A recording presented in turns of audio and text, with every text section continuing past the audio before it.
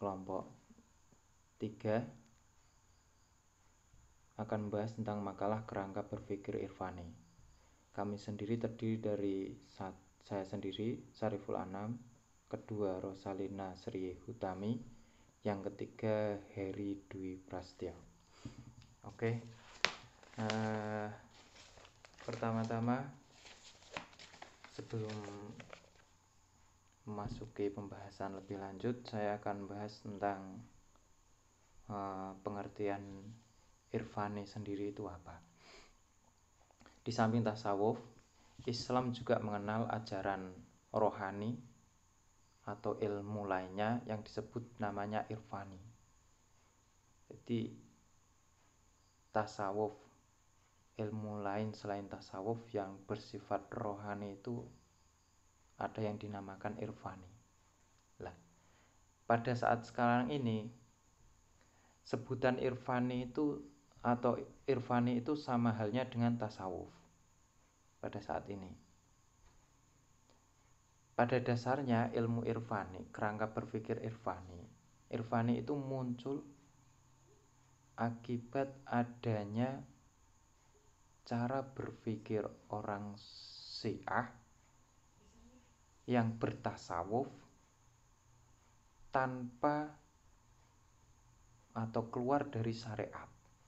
Itu adalah awal munculnya Irfani.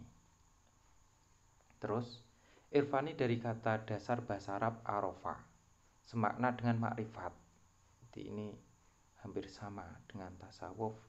Makanya sekarang Irfani itu disamakan dengan tasawuf. Atau bisa dikatakan pengetahuan. Tetapi ia berbeda dengan ilmu. Irfani atau makrifat berkaitan dengan pengetahuan yang diperoleh secara langsung lewat pengalaman. Jadi dia kaitannya dengan pengalaman, otomatis kaitannya dengan rohani. Perjalanannya menuju atau berkaitan dengan Tuhan. Sedangkan ilmu menunjuk pada pengetahuan yang diperoleh lewat transformasi nakli atau rasional. Biasanya kalau ilmu itu yang dibahas kaitannya dengan alam semesta. Karena itu secara terminologis Irfani bisa diartikan sebagai pengungkapan atas pengetahuan yang diperoleh lewat penyinaran hakikat oleh Tuhan kepada hambanya setelah adanya ruhani yang dilakukan atas dasar cinta. Kebalikan dari epistemologi bayani, sasaran bidik Irfani adalah aspek esoterik syariat apa yang ada di balik.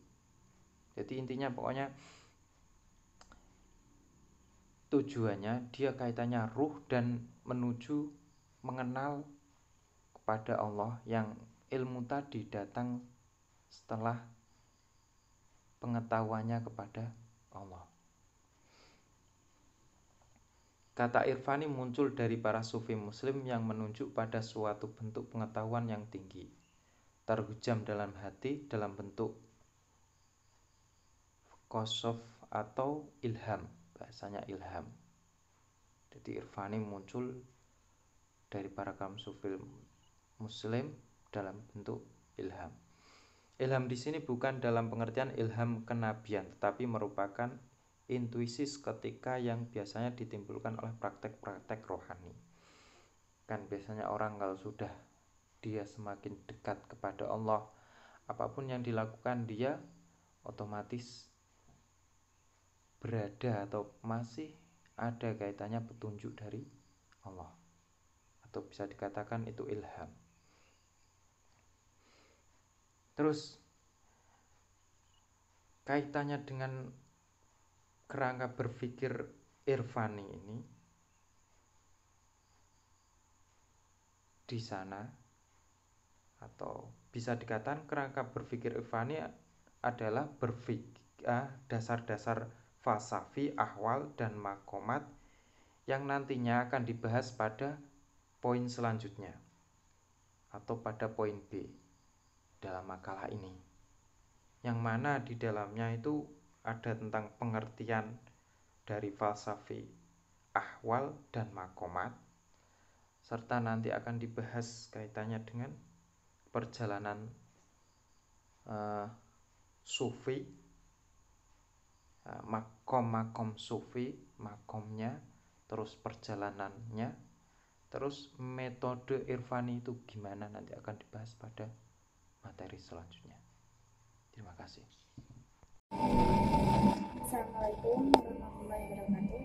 Saya akan mempresentasikan sebagian dari presentasi teman-teman, yaitu saya bagian dasar-dasar filosofi akwal dan makomat. Langsung saja, pengertian akwal. Akwal dengan hal atau jamaknya adalah akwal, itu adalah keadaan seorang sufi, yaitu Al-Qushairi itu juga mengatakan bahwa hal adalah makna yang datang dari kalbu, tapi dia nggak disengaja gitu. Sedangkan yang kedua adalah makomat atau makom atau tingkatan.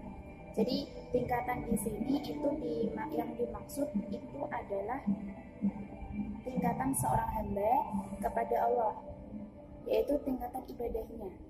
Kalau di dalam Imam Al-Ghazali, dia berpendapat bahwa dia merumuskan tingkatan itu. Yang pertama adalah tobat, kedua sabar, syukur, khauf, raja, tawakal, mahabbah, ridho, ikhlas, muhasabah, dan muraqabah. Itu menurut Imam Al-Ghazali. Sedangkan di dalam imam-imam lainnya juga banyak juga yang mengatakan makam itu juga banyak. Seperti Al-Halabi juga menyebutkan 10 makam. Hampir mirip ya. Kemudian makam-makam dalam tasawuf, berarti ini umum, lebih ke umum. Yang pertama itu adalah tobat. Tobat itu adalah dia merasa, kemudian dia memohon dengan sungguh-sungguh kepada Allah untuk meminta maaf, memohon ampun kepada Allah, itu yang namanya taubat. Biasanya yang familiar di kalangan kita taubatan nasuha, yaitu taubat yang bersungguh-sungguh. Yang kedua adalah zuhud. Nah, zuhud ini itu tidak berpangku tangan pada dunia.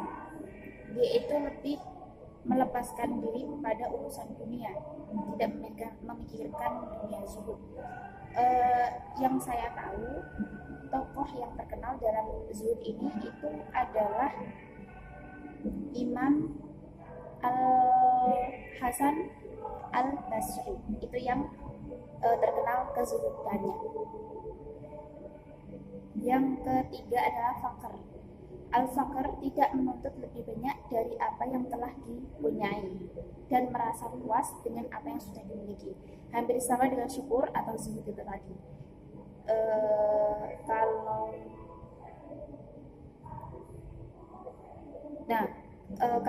fakir ini itu adalah rentetan dari zuhud. Jadi itu awal dari kezuhudan itu tadi. Yang keempat adalah sabar. Sabar itu dia menahan derita, gitu. Menahan, mau itu baik mau itu buruk, dia tetap sabar. Yang kelima syukur. Syukur yaitu menerima nikmat dengan membesarkan Allah, mensyukuri apapun yang dia punya. Yang keenam ridho, berarti menerima dengan rasa puas terhadap apa yang dianugerahkan oleh Allah Subhanahu wa Ta'ala. Yang ketujuh adalah tawakal. Tawakal di sini setiap manusia pasti akan berikhtiar ketika dia menginginkan sesuatu. Tapi di balik ikhtiar dan doa tersebut, kita juga harus tawakal dengan menyerahkan segala hasil tentunya hanya kepada Allah. Mungkin dari saya itu dulu. Sekian. Terima kasih. Wassalamualaikum warahmatullahi wabarakatuh. Bismillahirrahmanirrahim. Ya, Assalamualaikum warahmatullahi wabarakatuh. Saya akan melanjutkan pembahasan yang ketiga, yaitu ahwal yang dijumpai dalam perjalanan sufi. Yang pertama yaitu waspada dan mawas diri. Waspada dan mawas diri merupakan dua hal yang saling berkaitan erat. Oleh karena itu ada sufi yang sering menggunakan secara bersamaan. Waspada dan mawas diri merupakan dua sisi dari tugas yang sama dalam mendudukan perasaan jasmani berupa kombinasi dari pembawaan nafsu dan amarah. Waspada dapat diartikan yakni Allah mengetahui segala pikiran, perbuatan, dan rahasia dalam hati, sehingga dapat membuat orang menjadi hormat, takut, dan tunduk kepada Tuhan. Adapun mawas diri adalah meneliti dengan cermat apakah segala perbuatan yang diperbuat itu telah sesuai atau malah menyimpang dari yang dikehendakinya. Selanjutnya yang B, mahabbah atau cinta. Mahabbah atau cinta sendiri adalah aktivitas hati yang memunculkan pengaruh pada anggota tubuh dalam mengikuti dan melaksanakan sesuatu perintah orang yang dicintai atau menjauhi dan menolak larangan orang yang dicintai. Dalam pandangan tasawuf, mahabbah atau cinta merupakan pijakan bagi segenap kemuliaan, seperti halnya tobat yang merupakan dasar bagi kemuliaan makom. Karena mahabbah pada dasarnya adalah anugerah yang menjadi dasar pijakan bagi segenap hal, kaum sufi menyebutnya sebagai anugerah-anugerah. Yang C, berharap dan takut, roja dan khauf. Roja atau optimisme adalah perasaan hati yang senang karena menanti sesuatu yang disenangi. Roja menuntut tiga hal, yaitu cinta kepada yang diharapkan, takut harapannya itu hilang, ketiga berusaha untuk mencapai harapannya. Khauf merupakan cambuk yang digunakan oleh Allah untuk menggiring hamba-hambanya menuju ilmu dan amal supaya dengan keduanya itu mereka dapat mendekat kepada Allah. Yang selanjutnya yang D yaitu rindu. Selama masih ada cinta, rindu tetap diperlukan. Menurut Al-Ghazali, kerinduan kepada Allah dapat dijelaskan melalui penjelasan tentang keberadaan cinta kepadanya. Setiap yang dicintai pasti dirindukan oleh orang yang mencintai. Kerinduan berarti menanti sesuatu yang tidak ada. Yang E selanjutnya intim. Dalam pandangan kaum sufi, sifat intim adalah sifat merasa selalu berteman, tidak pernah sunyi. Ungkapan ini melukiskan sifat intim. Ada pula orang yang merasa sepi dalam keramaian. Ia adalah orang yang selalu memikirkan kekasihnya sebab sedang dimabuk cinta. Ada pula orang yang merasa bising atau berisik dalam kesepian. Ia adalah orang yang selalu memikirkan atau merencanakan pekerjaan semata-mata. Dimanapun berada, alangkah mulianya engkau berteman dengan Allah. Artinya engkau selalu dalam lindungannya Allah. Yang keempat yaitu metode irfani. Dalam dunia tasawuf qalb merupakan pengetahuan tentang hakikat-hakikat, termasuk di dalamnya hakikat makrifat. Qalb yang dapat memperoleh makrifat adalah yang telah tersucikan dari bermacam noda dan sifat yang jelek yang sering dilakukan oleh manusia. Kolab yang tersucikan akan mampu menembus alam malakut, yaitu alam goib. Dengan demikian, kolab berpotensi untuk berdialog dengan Tuhan. Inilah yang dimaksud Al-Ghazali dengan ungkapan di luar akal, di luar nalar atau jiwa. Seperti ini merupakan wacana irfani. Hanya dengan sarana kolab itulah ilmu makrifat dapat diperoleh. Tapi harus melalui tahapan-tahapan untuk memperoleh makrifat. Upaya yang dimaksud antara lain dengan berikut. Yang pertama yaitu riyadhah. Riyadhah sendiri adalah latihan jiwa melalui upaya membiasakan diri agar tidak melakukan hal-hal yang dapat mengotori jiwanya. Riyadhah harus disertai dengan mujahadah. Dimaksud di sini adalah kesungguhan dalam perjuangan meninggalkan sifat-sifat jelek. Perbedaan riyadhah dengan mujahadah yaitu riyadhah berupa tahapan-tahapan real, sedangkan mujahadah berjuang menekan pada masing-masing riyadhah. Riyadhah sangat perlu dilakukan karena ilmu makrifat dapat diperoleh melalui upaya melakukan perbuatan kesalahan atau kebaikan yang terus-menerus. Yang selanjutnya yaitu tafakur atau berpikir. Tafakur perlu dilakukan oleh manusia yang menginginkan makrifat. Tafakur berlangsung secara internal dengan proses berjalan pembelajaran dari dalam diri manusia melalui aktivitas berpikir yang menggunakan perangkat batin. Diungkap Al-Ghazali,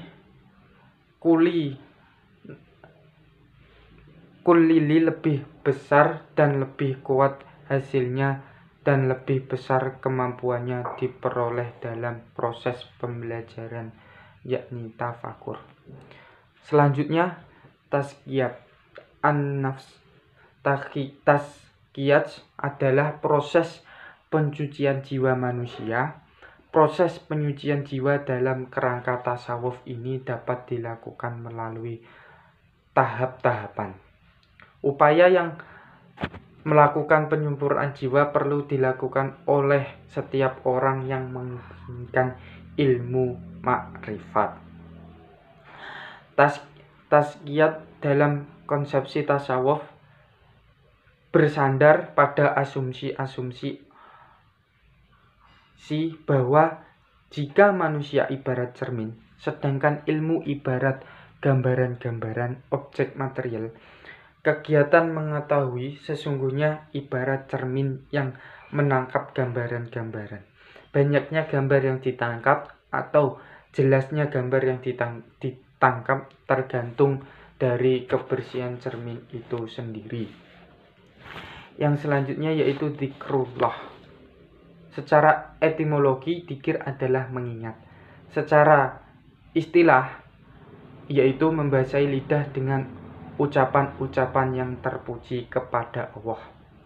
Pentingnya dzikir untuk mendapat ilmu makrifat didasarkan atas argumentasi tentang peranan dzikir itu sendiri bagi hati. Dalam pandangan Sufi, dzikir akan membuka tabir alam malakut, yaitu alam malaikat, yakni dengan datangnya malaikat. Sudah menjadi kesepakatan umum, dzikir merupakan kesepakatan alam goib, penarik kebaikan dan penjinak was-was. Dzikir juga bermanfaat untuk membersihkan hati. Di dalam Ihya, Al-Ghazali menjelaskan bahwa hati yang terang merupakan hati hasil dzikir kepada Allah di setiap saat. Yang selanjutnya yaitu kesimpulan. HAM adalah hak-hak dasar dimiliki oleh manusia sesuai dengan kiprahnya. Setiap individu mempunyai keinginan agar HAM-nya terpenuhi. Tetapi suatu hal yang perlu kita ingat bahwa jangan pernah melanggar atau menindas HAM orang lain. Dalam kehidupan beragama, dalam kehidupan bernegara, HAM diatur dan dilindungi oleh Undang-Undang RI, di mana setiap bentuk pelanggaran HAM baik yang dilakukan oleh seseorang, kelompok atau suatu instansi atau bahkan suatu negara itu dapat diadili melalui hukum secara peradilan HAM bagaimana terdapat dalam Undang-Undang Peradilan RI. Cukup sekian dari saya. Apabila ada kekurangan dan kesalahan mohon dimaafkan. Wabillahi taufiq wal hidayah. Wassalamualaikum warahmatullahi wabarakatuh.